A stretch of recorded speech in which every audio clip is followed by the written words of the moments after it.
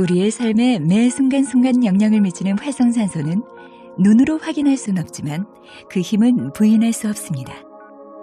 사과를 자르면 금세 갈변하고 철근도 비바람에 노출되면 녹이 생기기 마련입니다.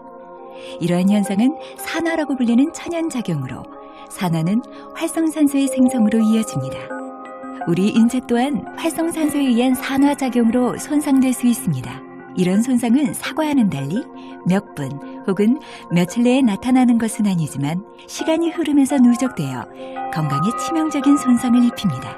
이러한 손상은 빗방울이 바위를 뚫는 것과 같은 효과를 발휘합니다.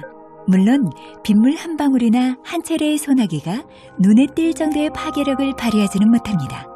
하지만 오랜 기간 반복되면 산 전체를 침식시키게 됩니다. 활성산소도 마찬가지입니다. 그것이 바로 활성산소에 대해 관심을 가져야 하는 이유입니다. 활성산소가 세포와 결합되면 여러 가지 부정적인 영향이 초래됩니다. 활성산소는 단백질, 지방질, 심지어 DNA까지 손상을 입힙니다. 이러한 손상으로 인해 세포의 기능이 떨어지게 됩니다. 빗방울과는 달리 활성산소는 하나의 세포에 손상을 끼치는 것으로 그치지 않습니다. 세포 하나의 손상이 연쇄 반응을 초래하고 이것이 인체의 천연 방어 시스템을 파괴하기 때문입니다. 활성산소는 시간이 지나면서 더 큰 문제로 이어집니다.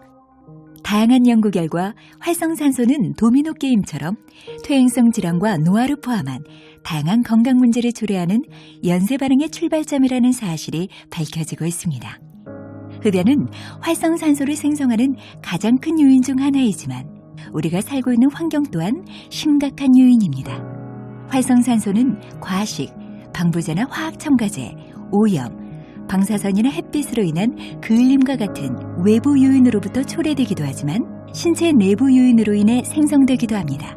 여기에는 인슐린 과다 분비, 바람직하지 못한 식습관, 수면 부족, 신체적 스트레스, 불안이나 노화 현상이 포함됩니다. 실제로 인체에 가해지는 활성산소의 양은 200년 전에 비해 훨씬 더 많습니다. 활성산소는 삶에서 피할 수 없는 것입니다. 하지만 해결책이 없는 것은 아닙니다. 항산화 물질이 바로 활성산소에 대한 천연 해법입니다. 인체가 필요로 하는 중요 영양소를 공급해주면 우리 인체 내부에서는 다양한 항산화 물질들이 생산됩니다. 물론 음식이나 건강기능식품을 통해서만 얻을 수 있는 항산화 성분도 있습니다. 하지만 모든 항산화 성분이 똑같은 것은 아닙니다. 비타민C와 같은 수용성 항산화 물질은 체액과 혈액에 작용하며 비타민 E와 같은 지용성 항산화 물질은 지방세포와 근육에서 활성산소를 억제합니다. 이처럼 항산화 물질들은 다양한 방식으로 작용합니다. 색상이 선명한 과일과 야채에서 발견되는 폴리페놀과 플라보노이드와 같은 영양소는 인체가 자체적으로 강력한 항산화 시스템을 구축하도록 돕습니다. 오직 하나의 활성산소 연쇄 반응만을 억제할 수 있는 항산화 비타민과 달리 체내에서 자체적으로 생산되는 항산화 물질들은 재생작용을 통해 활성산소에 지속적으로 대응할 수 있습니다. 하지만 식사만으로는 많은 양의 활성산소에 대응하는 데 필요한 충분한 양과 종류의 항산화 물질을 공급할 수 없습니다. 다행히도 효과가 검증된 건강기능식품을 섭취함으로써 인체가 필요로 하는 항산화 욕구를 충족시킬 수 있습니다. 활성산소는 도처에 존재합니다.